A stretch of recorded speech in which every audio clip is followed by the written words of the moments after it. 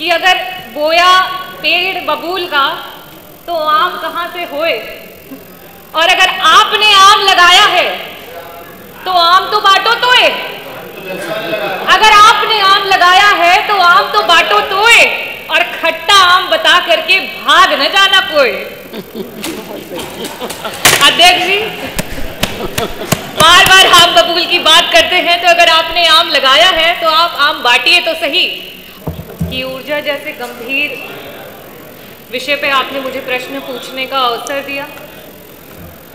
बिजली एक ऐसी चीज है, चाहे वो एक गरीब की झोपड़ी हो, चाहे अमीर का महल, यहाँ तक कि रामलला के मंदिर में भी अध्यक्ष जी, मैंने एक आर्टिकल पढ़ा जिसमें लिखा हुआ है कि बिजली विभाग के द्वारा 4000 किलोवाट तक की ज़रूरत है, और अभी फिलहाल में वहाँ पे 1600 किलोवाट तक की जो है मंदिर को भव्य बनाने के लिए आपके द्वारा सुचारू रूप से दिया जा रहा है। तो अध्यक्ष जी, मेरा ये कहने का मतलब है कि चाहे वो रामलला जी का मंदिर हो, या एक गरीब की झोपड़ी हो, चाहे वो एक अस्पताल हो, चाहे एक गरीब हो अमीर हो, किसी भी वर्ग का हो, उसके लिए बिजली बड़ी ही महत्वपूर्ण है।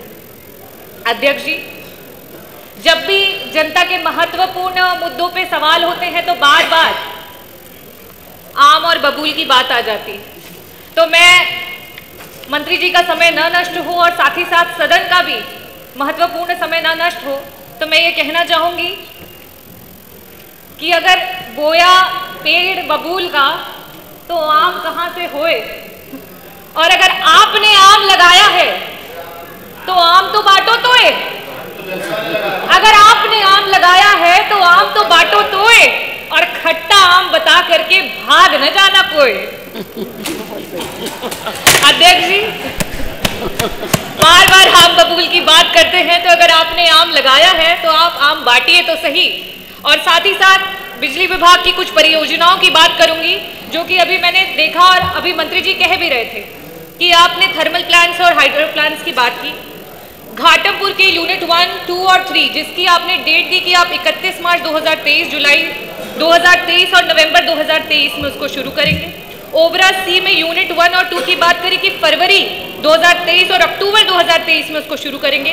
जवाहरपुर की बात करी कि आप मार्च 2023, और पनकी के लिए भी आपने बोला था कि 31 अक्टूबर 2023 तक आप उसको शुरू करेंगे। हाइड्रो प्लांट्स की आपने बात करी तो आपने वहां पे कहा कि आप मार्च 2023 तक और अगस्त 2023 तक आप जो आपका सुपसीरी हाइड्रो प्लांट है उसको शुरू करेंगे, और प्रभाती को आप दिसंबर 2023 तक करेंगे।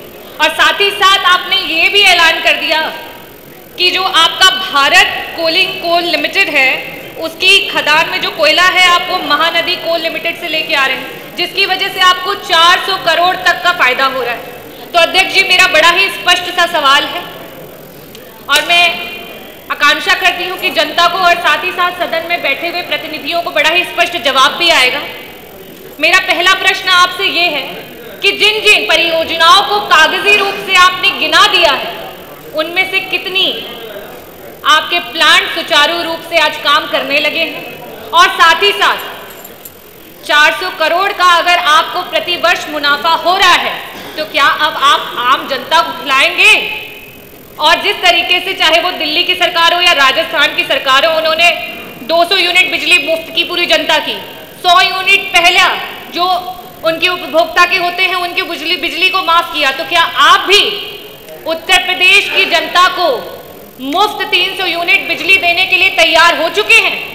मेरा दूसरा प्रश्न ये है कि आज चाहे वो सीनियर सिटीजन्स हो, चाहे वो आदिवासी समाज की, दलित समाज की या पिछड़े समाज की हमारी महिलाएं हो या दिव्यांगजन, वो आपसे बड़ी उम्मीद और आस के साथ आपकी तरफ देख रहे हैं कि उन्हें मुफ्त बिजली मिले। उनको 300 यूनिट मुफ्त बिजली की आकांक्षा है आपसे, क्या आप उनकी आकांक्षाओं को पूरा करेंगे? पहले ये बोलते, फिर अध्यक्ष जी को।